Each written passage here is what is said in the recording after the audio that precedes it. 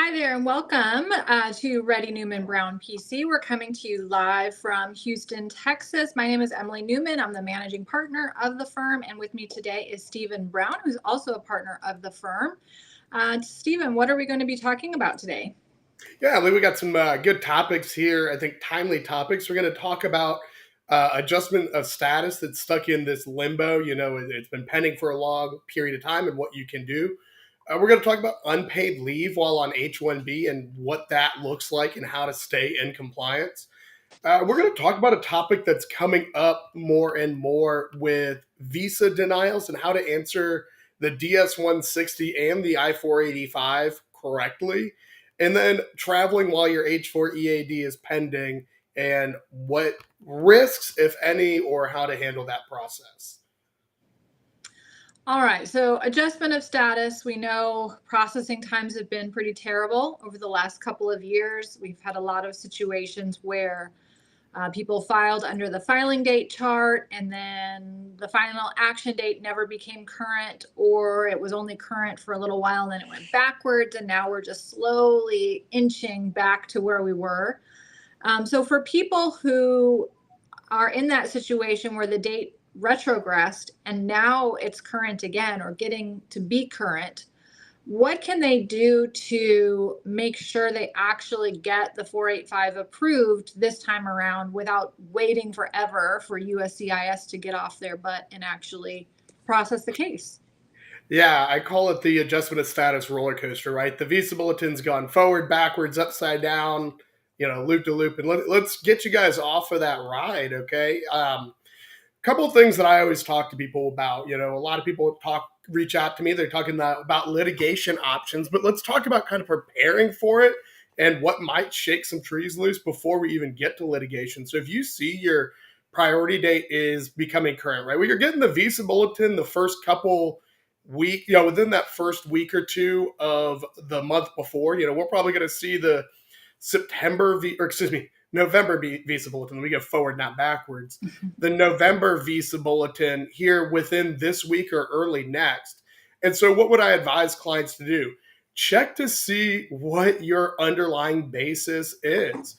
A lot of people in 2020 did downgrades to EB3. They upgraded to EB2 again.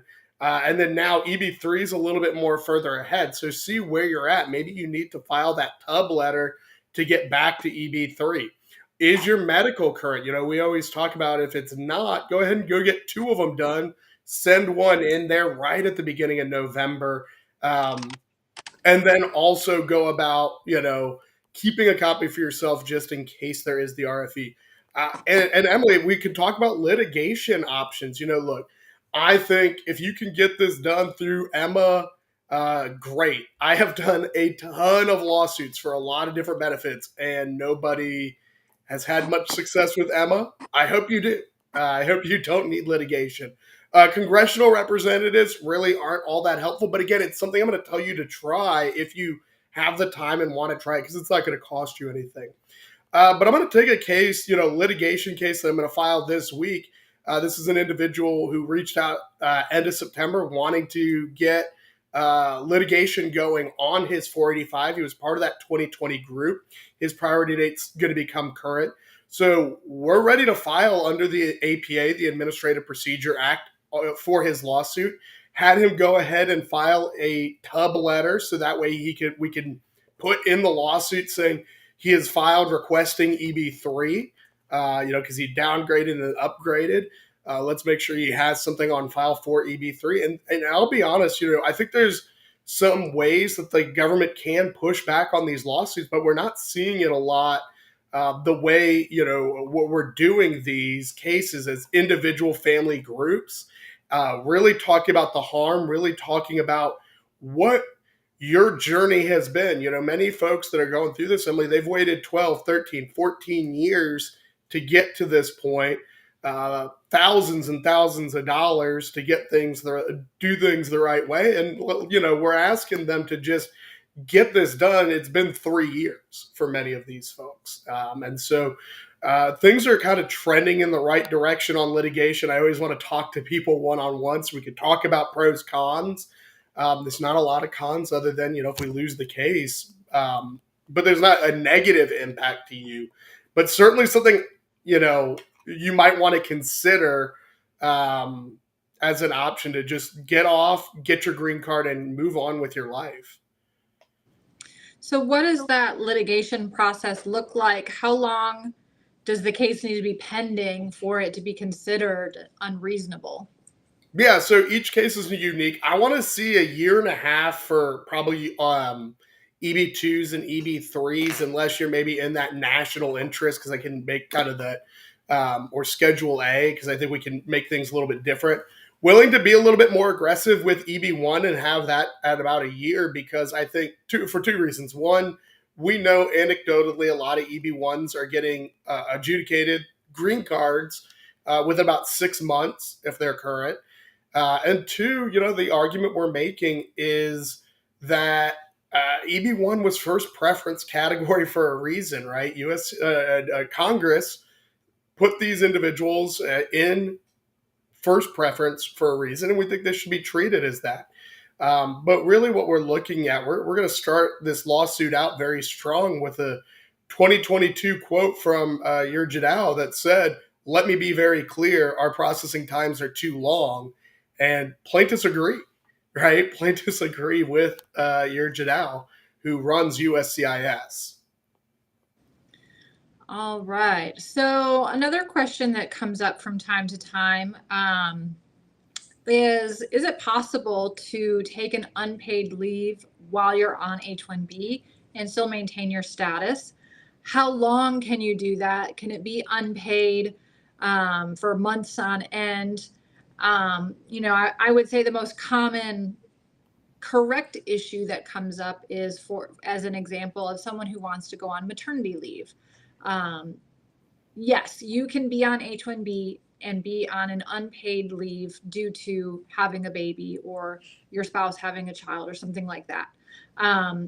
The H1B rules do allow for unpaid leave in that situation, as long as it's in compliance with what the normal company policy is. The company has to give you as an H1B holder the same benefits that they would give to a U.S. worker.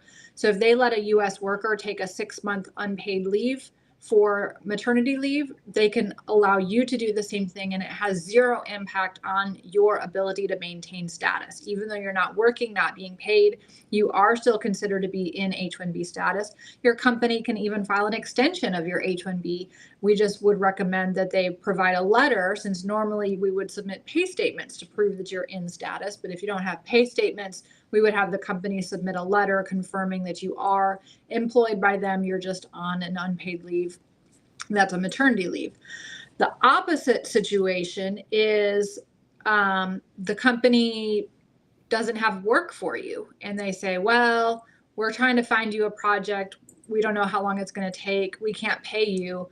So just take an unpaid leave and we'll get you back on payroll as soon as we get the next project. That is not something that the company can do. That is a violation of the LCA regulations.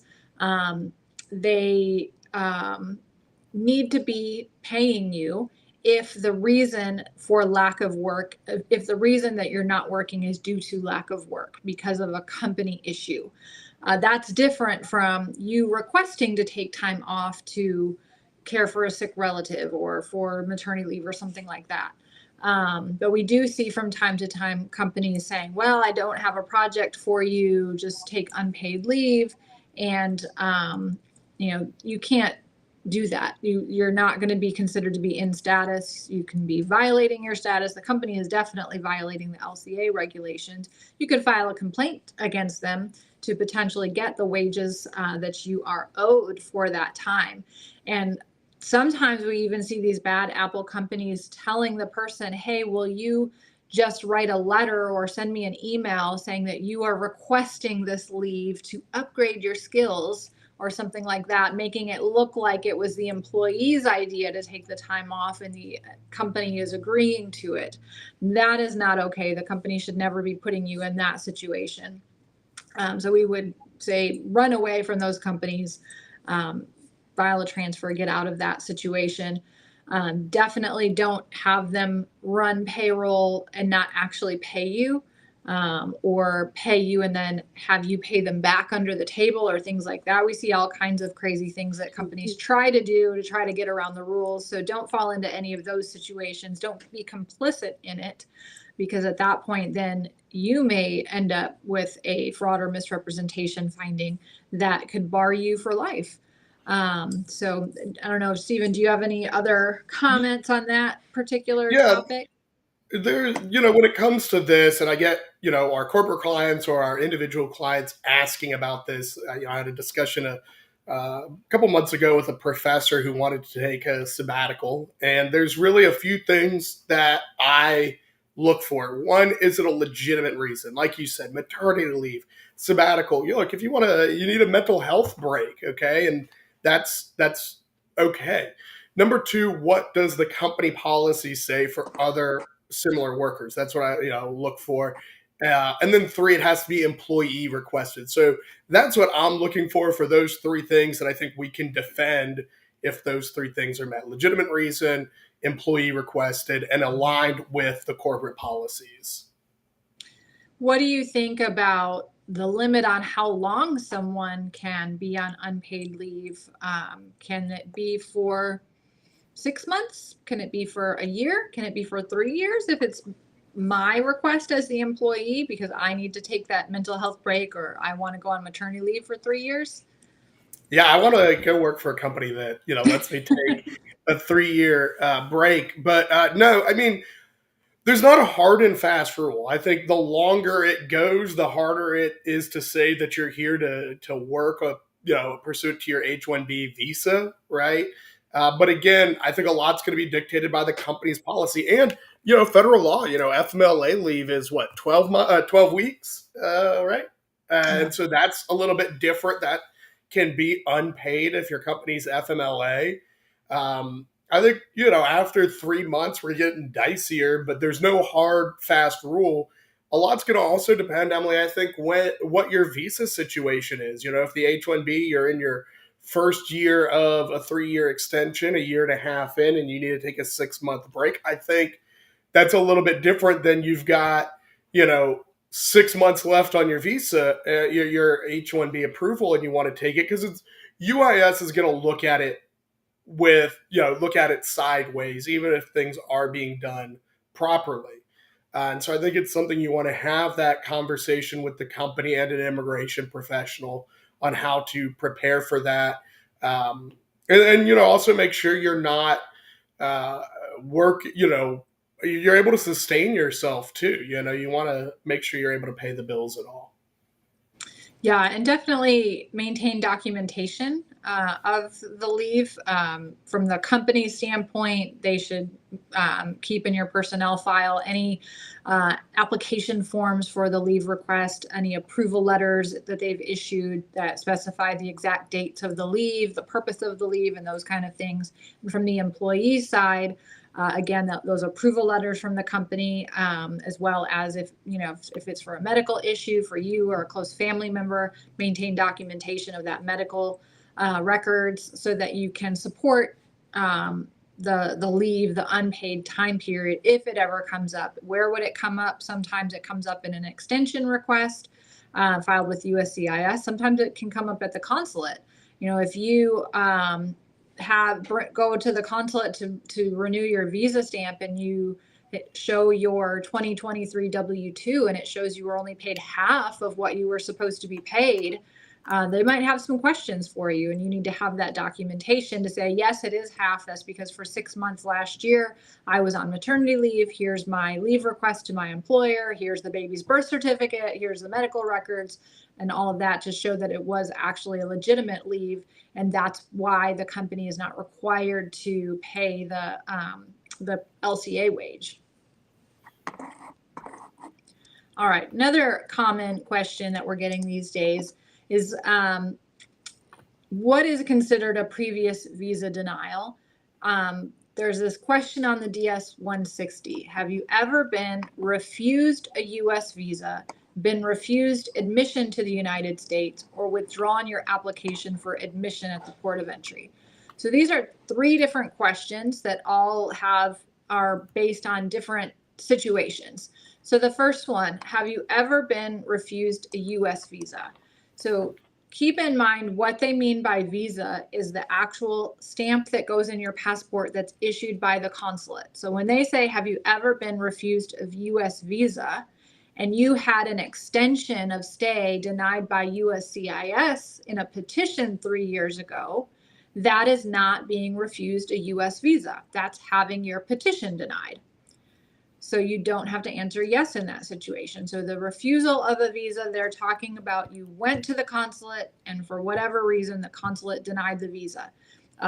They found that the company wasn't offering the job, or there's no employer-employee relationship, there's no project, or you applied for an F1 visa and they found immigrant intent, 214B, same thing with a visitor visa. So getting denied at the consulate is what they're talking about there. What constitutes a denial? Not just a denial, a 221G. If you've ever been put in administrative processing in the eyes of the Immigration Service, that is also considered a refused visa. They're going to, which makes no sense to me. It's not common sense, because if they're still processing it, how can they say it's been refused? Or not done yet. They just haven't finished the process. But in their eyes, they're refusing the visa now while they complete the process, and then they will approve it later if whatever their administrative process works out. So 221G is also considered a refusal, but an extension, a petition filed with USCIS, an I-129 denial, an I-539 denial, those are not refused visas. Those do not need to be disclosed in this particular question on the DS-160. What about, have you ever been refused admission to the United States? What are they talking about there? What do you need to disclose? Yeah, so port of entry, right? We've got expedited removal. We've got what do you think about voluntary departure, Emily? How would you answer it? You're being refused admission, but kind of given the option to leave, so you don't have the 5-year bar. I'd almost lean to say yes, just and explain. So I think that falls under the third part of the question, which is, have you ever withdrawn your application for admission? Because that's the situation where you're at the port of entry and the officer says, this doesn't look good, I'm not going to let you in, but I'll let you withdraw and leave. You still have to disclose that, even though it's not actual refusal because they let you withdraw, but that is specifically what this DS-160 question asks. I don't think they ask that same exact question on the 485. No, I've pulled up the 485 because I know this kind of crosses. This question comes up on both. The 485 asks, "Have you ever been denied a visa to the United States, and have you ever been denied admission to the United States?" I don't believe it asks anything about the withdrawing of anything. Yeah, so if you tried to come into the country and they said, we're not going to let you, but we'll allow you to withdraw, that technically is not a refusal of admission, because when they let you withdraw it, it's treated as if you've never tried to come in the first place for the 485. But on the DS-160, they specifically ask, not only have you ever been refused admission, but also have you ever withdrawn your application? So you'd have to answer yes either way on that one. But again, when we're talking about refusals and visa denials on the DS-160, that part of the question is talking about when you were actually arriving in the country or at a pre-clearance. Maybe you flew into Abu Dhabi, or you were in Toronto pre-clearance and they denied you there. That is going to be refused admission, and you have to answer yes. So we see that with people coming in on F1 for some of these day one CPT schools, where the student has no idea where their college is located. They're flying into wherever they live, 150, 200 miles away, 1,000 miles away from the school, no plans to actually go to class. They're just planning to come into the US to work.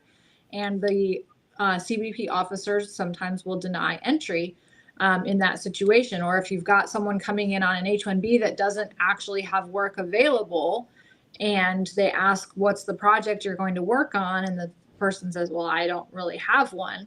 They might deny admission for something like that. So those are the things that you need to answer yes, and just be prepared to be interviewed, even if you qualify for interview waiver, and be able to explain the situation. The most important thing on all of those questions is do not misrepresent anything. Tell the truth, explain what happened, say you're sorry, say it won't happen again. Because having a previous visa refused, having been refused admission to the US in the past, doesn't automatically mean you're going to get the visa denied in the future. It's not a ground of inadmissibility. But if you then lie about it, the lie is a ground of inadmissibility. That will get you in trouble and not be allowed to come back into the US. So whatever you do, you have to be honest, tell the truth. Yeah, and I think it's important, 214B is something people just kind of water off the back, right? It's a refusal, especially for F1B visas. And you don't really think about it because it's not an inadmissibility. It just says you're not eligible. Just remember to mark that 221G. Just keep an eye out on these visa issues. We had a call recently with an individual who had no idea he had a visa revocation. He had an email for a visa revocation. He has no idea why, no criminal background or anything, right? So it's not a DUI situation. Doesn't mark that he had a visa revoked on his DS-160, and now they've given him a misrepresentation finding. And I think they're wrong because he had no idea, but he's got to go through, LegalNet or a waiver potentially. Like Emily said, we can, as attorneys, we can clean up a lot of visa issues. Fraud and misrepresentation make it a lot harder.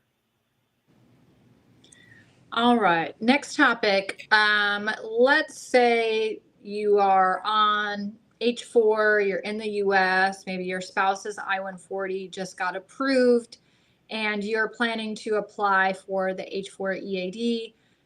But the processing times are taking 6 months. You're not going to be able to work for the next 6 months while you're waiting for it. So maybe you want to go abroad while you're waiting, spend some of your last free time before you get a job with family, or even work remotely while you're in your home country. If you file the I-765 by itself, you've already got the H4 status, your spouse just got the I-140 approved, so now you're filing a standalone I-765 for the H4 EAD. Do you have to be in the US at the time that it's filed? Yeah, at the time of filing, absolutely. It's in the form instructions.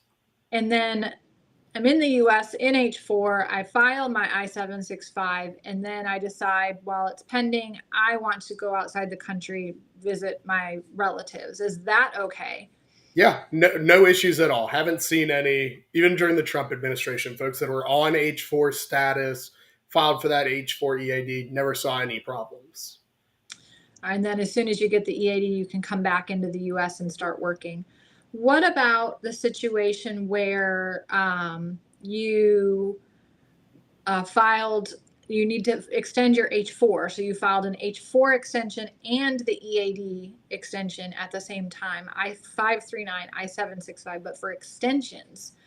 We know you have to be in the US at the time of filing, but are you seeing any issues if people travel while the extension is pending? So not as much recently. We saw some, 2019, early 2020, where they would re-enter and USCIS would deny the I-539 saying, hey, you have the status, so we're going to deny it as moot. But then they deny the I-765 saying you don't have status because the I-765 is attached to the I-539.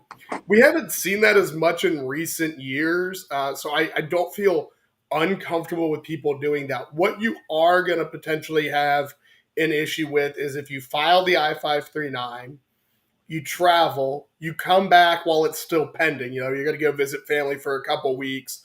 You come back in while it's still pending. Totally fine. You're going to end up with an I-94 mismatch because you're going to file the I-539 with your I-94 that's 1, 2, 3, 4. And when you re-enter, you're going to get a new I-94 that's 5, 6, 7, 8. They're going to be a mismatch. And that's not a problem from an immigration perspective per se, but might have issues with the SAVE system, when you're trying to get your driver's license or things like that. So You might need to travel again just to clean that up, the good old margarita switch. But again, not as many issues as we saw 2019, 2020 when they were denying it, saying, oh, you left. Now, if it's a change of status, maybe more of a problem, but the extension's not an issue. Yeah, if you're filing, let's say maybe you were on H1B yourself and your spouse is on H1B with the approved I-140, and maybe you lost your job or something like that, and you decided instead of doing the 60-day grace period or applying for a B2, I'll just file a change of status to H4 and the H4 EAD, and then by the time I get my new job, I'll just use that EAD. We're doing that a lot right now, but that's one where you cannot travel while it's pending, or should not travel while it's pending, because the I-539 for a change of status does get automatically abandoned when you leave the country while it's pending. So even though you can go out, get the H4 visa stamp and come back in, they're denying the I-539 because you left while a change of status was pending, and that denial can cause the 765 to be denied, even though you had the H4 status, came back on an H4 by going to the consulate. So that's one area where I would not recommend travel. And to be able to speed up that processing time, if you're filing H4 and H4 EAD together, file it with the H1B and file it in premium processing to get all three approved together in premium. What if your H1B is not expiring in the next 6 months? Maybe it's good till 2026, and you can't file an extension of the H1B right now. You can file an amendment plus extension of the H1B to be able to file it early. Of course, the company has to be involved in that and agree to it because there are fees involved. But assuming the company is on board, you can file an H1B amendment plus extension in premium processing with a change of status to H4 and an EAD all together, and get all of them approved together in premium processing, even if you're not actually amending anything. You just check a box saying, I'm filing to amend my H1B. You don't have to tell them what you're amending. And if they ever ask, which I think I've only had that happen once in 20 years, that one of the job duties changed. Now you're working on, I don't know, SAP version 20 instead of version 19, or any little thing. Got a cost of living raise. Yeah, they're really not, they're going to take the fees and process the case. They don't care that you don't actually have to file an amendment. Even if it's not a material change, they will happily take your money and process that case. So no worries there. All right, time to go to some questions. Awesome. Yeah, I wanted to start here. GS on YouTube asked, my employer's not sharing the I-140 approval document. GS, sorry to hear that. Freedom of Information Act is your friend, FOIA. We have a good article on our website on how to get those approval documents. You're not going to get the I-797, but you're going to get a copy of the I-140 that has the stamp saying approval. And that is just as good as the I-797 for anything you're going to need. Very easy process. Go check our website. We've got an article online about how to get approval documents. Antonu says, my 485 was not approved yet, as USCIS mentioned that they ran out of visa number. So you get that case remains pending status, or if you went in for an interview, the officer said we can't approve because there's no visa number available. Now my priority date is January 2018. What is the chance to get it approved this year? My case is in the EB1C category. So beginning October 1st, your date is current again in the final action date for EB1 India. The cutoff is at 2022. So since you're 2018, your date is current again. So they should be able to adjudicate that within the next 12 months. And depending on when your 485 was filed, you might want to consider litigation to just get it over with and not wait around for USCIS to realize the date is current. There are some things you can do to kind of wake up USCIS. Submit a supplement J form, even if you don't need to. Submit that to try to get the case moving. You can reach out to your congressman's office. You can try to put in a service request if it's actually outside normal processing time. But according to USCIS, normal processing time is what, 36 months now? So probably that wouldn't work, but litigation is one option there. But yeah, I mean, it should be approved this year. Yeah, I mean the only caveat to that is, like Emily said, you would think the immigration agency would have these marked for people that, okay, they're current, but we don't have visas available, so we'll check on October 1st, and you'd be surprised that they're not as efficient as you would think, because we've seen cases that are clearly have visas available and don't get them. Keyshore, any updates on domestic visa processing? Any possibilities to open up for everyone? I feel like this is, I tell my kids we'll get ice cream, and we'll get ice cream tomorrow. We'll get ice cream tomorrow, and I'm just going to keep kicking that can down the road. I mean, I thought they told us they were going to try to open it up more by the end of this year, and I haven't heard anything. Yeah, I haven't heard anything either. It could be, I mean, I think everybody agrees that it worked. It was a good idea and they want to implement it further and expand it. It's just a matter of when. And maybe the election is having something to do with that. Maybe we'll see it in December. Probably not before that. I wouldn't expect.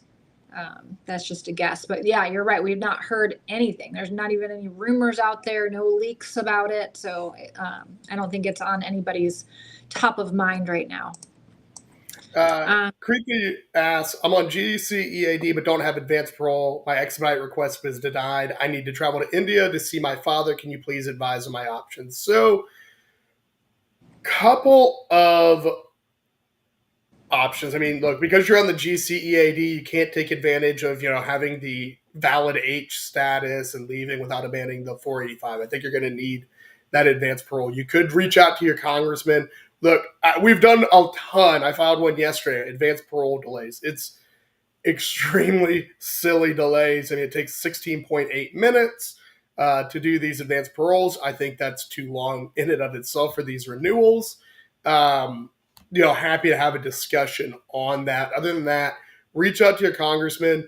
Talk to some of the liaisons that might be in your area. They might have some options. I know there have been some people who have had success in Houston going through the Houston ALA field office liaison.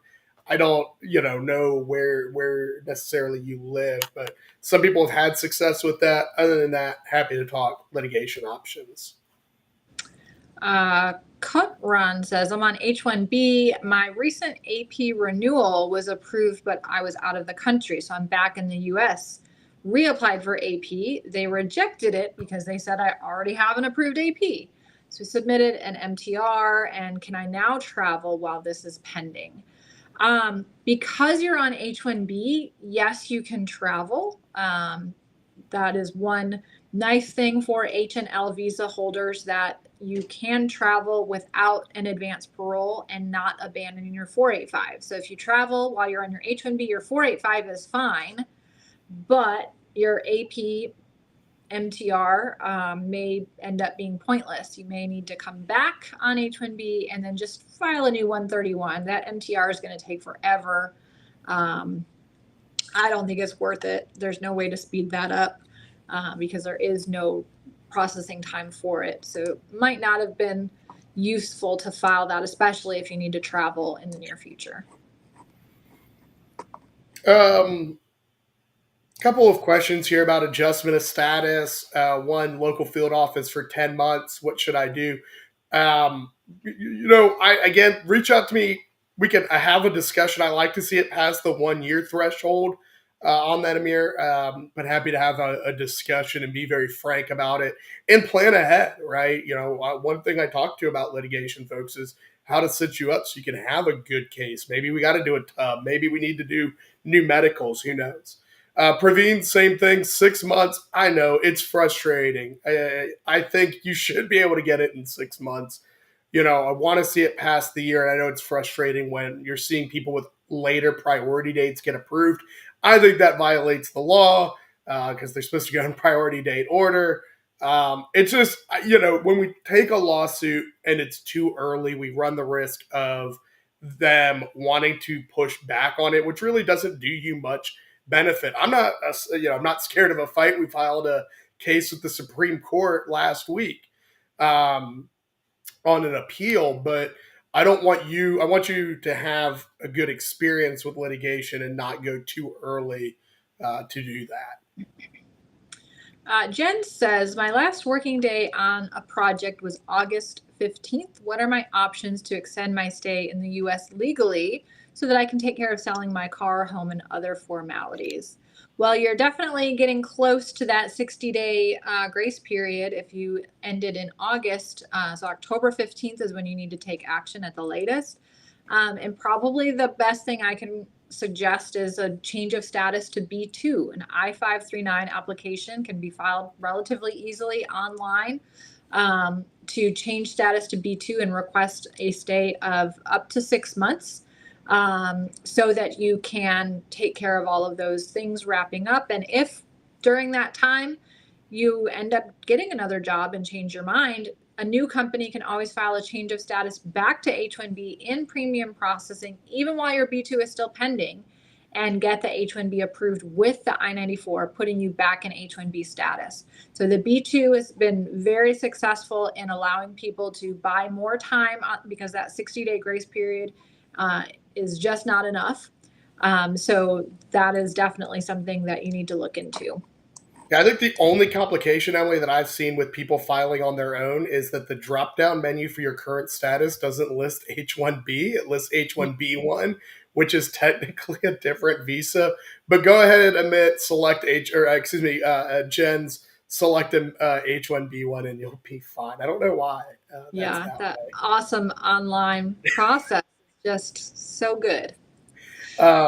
They said today you could file PDFs of the C9 EAD, but not if you are the C9 EADs that don't have to pay for the EAD fee because they haven't programmed that yet. Yeah. And I don't understand that. If they have the online filing, you can fill out the form online. Why would they also allow you to just upload the completed form in a PDF? It just does, and you can't work with an attorney if you're doing that either. They say that's coming, but who knows how that's going to work. I don't do anything online with USCIS. It's been years back in the day. We would when they first came up with online filing for I-140s, we would only do it in certain cases that we wanted to go to a different service center because all the online ones went to one service center over another, and that one service center was a little bit easier to get some of the 3-year bachelor's cases approved from people from India. This was back in like the 2010s when they first came out with online filing, and we're still dealing with them trying to implement online filing. It's not gone anywhere. Question here from Amit, currently on work visa in Canada, working for a client for a couple of months, also working for a U.S. employer. Any issues when returning to the U.S.? So I don't think your work in Canada, even if you're working for a U.S. employer in Canada, you're sitting in Canada, it's going to have any issues when you're returning to the U.S. as long as you have a valid, documentation, visa, whatever you might need. If you're a Canadian citizen, you don't need the visa. As long as the work is legal, you're not working for one of the medical, you're not working for a marijuana company there in Canada, I think you're not going to have any issues, working for a U.S. employer while you're sitting in Canada. Vishal says, AOS was filed in July and got the EAD last month. How do we know if the interview got waived? My priority date is 2019 in EB1. Really, you won't know until your case is approved without them calling you in for an interview. But there are some things that we could guess that your interview is being waived. One of those is if you get an RFE on your 485 from the National Benefits Center, because typically things that they request in an RFE are what they would be asking you to bring to the interview. So if they're sending an RFE, maybe they don't plan on interviewing you. We also see situations where it gets transferred to a field office that is not your local field office. That also suggests that they don't plan on interviewing you because they're not going to be calling you in for an interview on the other side of the country. But I feel like most EB1 cases are being waived interviews unless there's a criminal issue in the person's background. Question from Hari. My employer submitted H1 and H4 renewal under premium processing, did not include spouse H4 EAD. What are our options for H4 EAD renewal if it has to be considered under premium? All right, so let's go good news, bad news. Bad news is you're not going to get it bundled. I mean, you're going to file the EAD on your own and tie it together, and they're not required to bundle. That's the bad news. Your EAD is going to be still pending. Not going to get the Eddie Cooney settlement, but we had another case that was a little bit less publicized because it focused mostly on L spouses, but also a small subsection of H4 EAD spouses. Shergold. Here, because your H4 EAD, your H4 is going to get approved. The H4 I-94 is going to get extended. Assuming your H4 EAD renewal is filed before the current EAD expires, you qualify for the automatic renewal of the EAD. Generally speaking, H4 EAD does not get automatically renewed. But we ran in, and they kept saying, well, we don't do that because we don't know if the H1 and the H4 are going to be approved. Okay, I don't agree with that argument, but whatever. But there is a subsection like you who the H4 is approved and extended and the EAD is still pending. You get the automatic renewal. So that should help. EAD processing times are getting better. So hopefully that'll work. MK says I have two 485s pending for both EB2 and EB3 for more than 2 years. If I move to a new company using the EAD, is the 485J sufficient, or do I need a new I-140 from this new company? Well, AC-21 allows you to take the entire green card process with you to the new company as long as your 485 has been pending for over 180 days. And the new job from company B is similar to the job that you were originally sponsored for. So assuming you meet those requirements, the supplement J is all you need. There's no need to do a new labor certification or new I-140 with company B. Vamsi asked a question here on YouTube. My H1, H4 visa was stamped with my previous employer. It's valid until 2025. Need to visit India for a month. Do we have to go for stamping since I changed employer? No. Rahul and I did a video on this about 1.5 years ago. The answer is no. You'll take that valid visa with the old company and your I-797 and enter in with that. The only time I would say you should go for visa stamping is if there is a issue with that older company. If they have had some fraud issues or something like that, you might want to go in with a clean visa. That's kind of rare circumstances, I think. Generally speaking, you'll be fine. Reddy from X says, my H1B extension was filed May 16th, still pending at the Nebraska Service Center, and my driver's license is expired.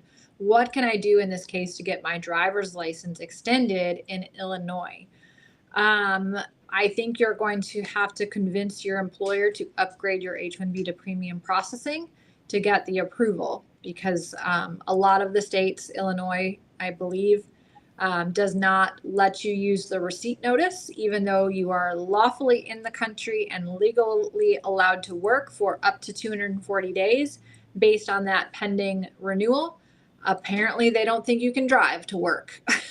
So Texas is the same way. I don't think there's other options in Illinois. So definitely talk to your company about getting that upgraded. If it's considered outside normal processing time, the company can do a service request for being outside normal processing time and try to get it approved without the premium. But either way, it's the company that's got to do it because the H1B belongs to the company. So you can't take any action without them or their attorney. Yeah, I know there was 2 years ago, I spoke with a client up in the Chicago area that told me the office for driver's license near their office wouldn't do it, but 30 minutes down the road would do it. So who knows? Yeah, Deep, take your luck at another location. Deep T on YouTube asks, completing 5 years on L1A, EB1 approved, waiting priority date to reach April 2023. What are my options to continue with current employer? H1B, H4, EAD, or I-485J perspective is better. L1A is 7 years. So that might help. Other than that, because we don't know what the trends on the visa bulletin is, maybe you want to consider the H1B lottery, or if that H4 EAD is available, go ahead and do that. It doesn't get rid of your I-140 that's approved for EB1. So you should be okay, and it sounds like you've got some options there, but consider that L1A is 7 years. Sagar says, how should you answer the question, has anyone filed an immigrant petition on your behalf in the DS-160 if you're going for H-1B stamping beyond the 6-year limit? Well, regardless of whether you're beyond the 6-year limit or not, if anyone has filed an I-140 for you or an I-130 for you, you have to answer that question yes. It doesn't matter whether you're beyond the 6-year or not.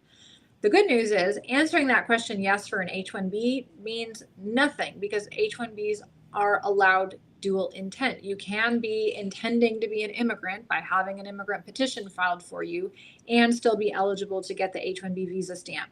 The reason they ask that question is for the other categories that don't have dual intent, like F1 or B1 or B2 or even kind of O1.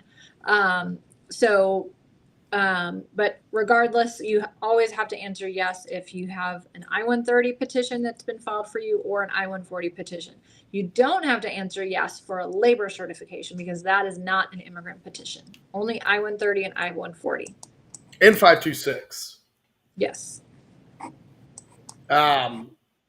Question here from Sajit. J1 waiver, I got a favorable recommendation from Department of State, but after 16th August, I've not gotten any update on my J1. How long to get final decision? They do take a while. I was looking it up actually just now, but I always tell people about a year or so. Department of State posts their processing time for J1 waivers, I think online. Let's see here. Processing time. So no objection statements 4 to 6 month. Advisory opinion 1 to 2 months. I mean, unfortunately, not much you can do other than keep waiting and potentially bothering them. Abhishek says, are there any predictions for the date moving for EB1C? Not good ones. I would expect between now and 12 months from now, it's only going to move a month or two, February to April. That's based on the filing date chart. And that's also based on the inventory data that came out that basically it looks like USCIS already has enough pending 485s and EB1 for India to use up all of this year's green cards. So that's the reason why the date can't move forward because they can't take in more applications when they are already using up all the green cards based on the applications that they already have. So I don't expect to see any movement in EB1 until October 2025 at the earliest. Yeah, and I know there was a question, and I can't find it right now, asking about October 2014 priority dates, EB2, EB3. Emily is much smarter than I am when it comes to the math and everything. And the calculation was we'd probably get back to where we were in October 2020. So that was when we had October 2014 was on the visa bulletin. We'll get there in around October 2030. Obviously, things can fluctuate. That's another 6 years. We don't know what family base is going to do, another COVID, another visa ban, whatever. But right now, kind of trends tell us 2030 for our October 2014 friends. Saranch says EB1C filed, the I-140 is approved, EAD is approved, 485 is pending. If I get laid off after 6 months, what is the process for self-sponsoring if I'm unable to procure a job? So AC21 allows you to take the green card process to a new job as long as the 485 has been pending for at least 180 days and the new job is similar occupation to the one that you were sponsored for, and self-employment does count. So if you are a manager of, I don't know, IT something or other, and you are not able to find a job with another employer and you decide to start up a management advising firm advising other firms on their IT management, sounds to me like that's in a similar occupation category. That can work. And so if you get called in for an interview or you get an RFE for a supplement J, you can basically have your startup company be the employer on that. So you've got to actually, we recommend at least actually creating the company. So that means either filing articles of incorporation if it's going to be a corporation, or filing articles of organization if it's going to be like an LLC or something like that. So you need to decide on the corporate structure for more for tax consequences and what's best for you, what you qualify for, and actually create the entity, file the document with the IRS in order to get a tax ID number, the FEIN, open up a bank account, lease some office space, or say you're going to work out of your home, put up a website, actually like take steps to get the business up and off the ground and bring all of that with you to the interview. We've done that before and not had any issues. Nutella, I assume, is not the actual snack here, but how can I get a copy of the DS 2019s from when I was on J1 visa more than 10 years ago? Lost my copies and my employer does not have them. I don't know how long the retention is for Department of State. You can file a Freedom of Information Act. So Department of State loves 222F, and they will deny requests for anything related to decision makings. But you should be able to get a copy of your DS 160s, or in your case, the DS 2019s. I don't know if 10 years ago, if they're still retaining that in their retention documents, but it's worth a FOIA to find it. SK says, has Raahuls' Sunday evening immigration talk show been discontinued? I wouldn't say discontinued. It's a little bit on hiatus at the moment as we look for a new home for the talk show, but we are working on it. So stay tuned. We'll update you as soon as the Sunday show comes back. Mohammed on YouTube asked, what about EB4 religious workers? Please discuss this. So, very interesting topic, and I could probably do a whole live on this. EB4, what is it? Last summer, I think, Emily, they just re-up and redid everything EB4. They said, we've been counting EB4 wrong for years, and we're going to redo everything. And it created a huge backlog for EB4. So why is that hugely a problem? Well, R1 visas for religious workers, the non-immigrant option for religious workers, doesn't allow the automatic extensions that H1B does. So now that EB4 has retrogressed, it's just going to have to wait. So what are the options? I mean, you can potentially look at an H1B. I think you can make an argument that certain religious worker positions require a degree in theology or whatever it might be in order to do. I can also tell you it is something that I have met with some congressional representatives on other topics that they are looking at. I don't know how much can be done, and obviously nothing's getting done until after the election, immigration-wise. But it becomes this First Amendment issue where these religious workers are not able to work, and these churches, mosques, synagogues, whatever, are losing their heads. So it is being looked at, but you might want to consider an H-1B or another non-immigrant visa that allows you to work once your R1 is maxing out. Lewis says, can you talk about acquisitions between companies? I'm on H1.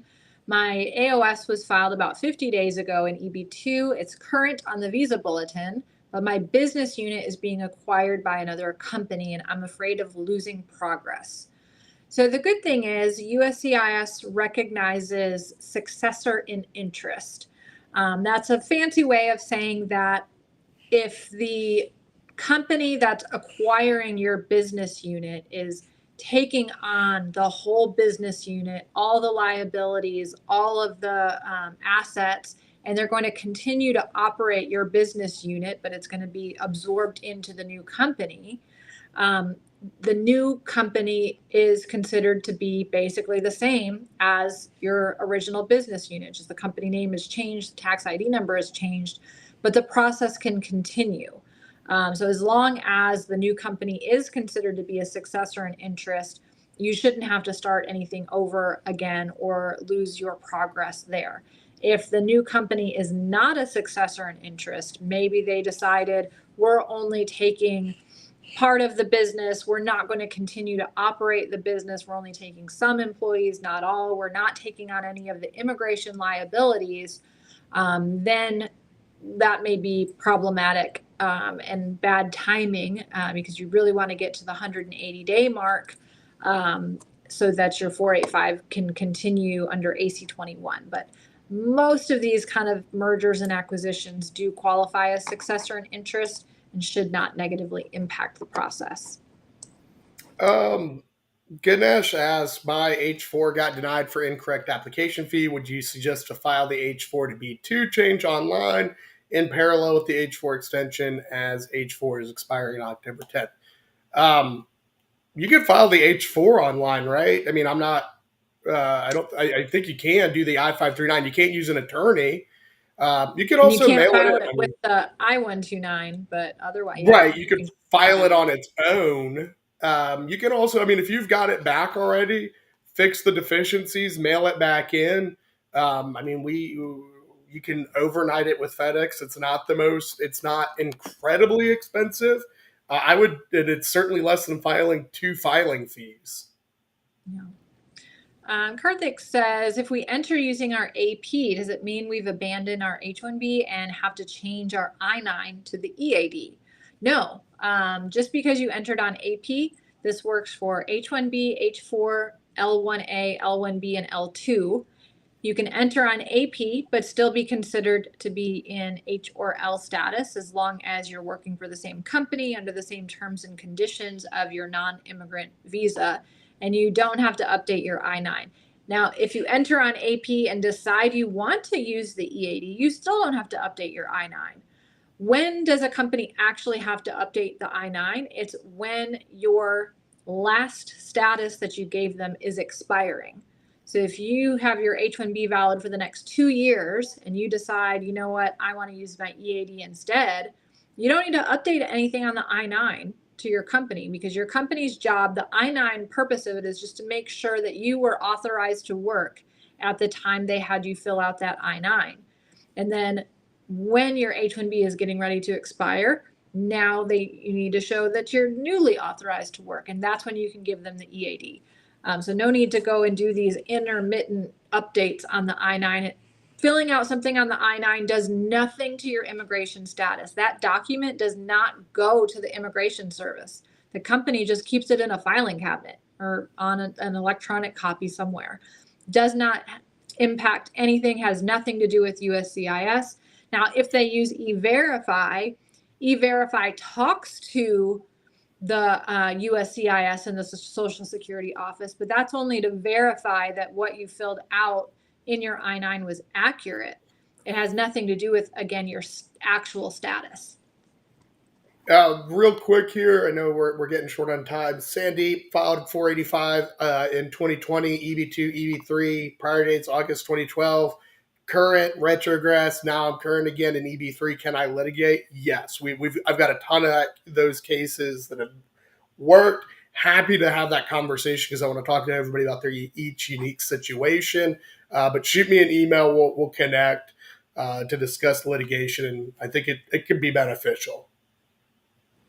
All right. Yeah, I think we are out of time. Thanks everyone for joining us today. And thanks, Stephen, for tagging along this week. We'll be back next week again at 5 o'clock Central Time to give you the latest updates and answer any questions that you have. Thanks for joining, everybody.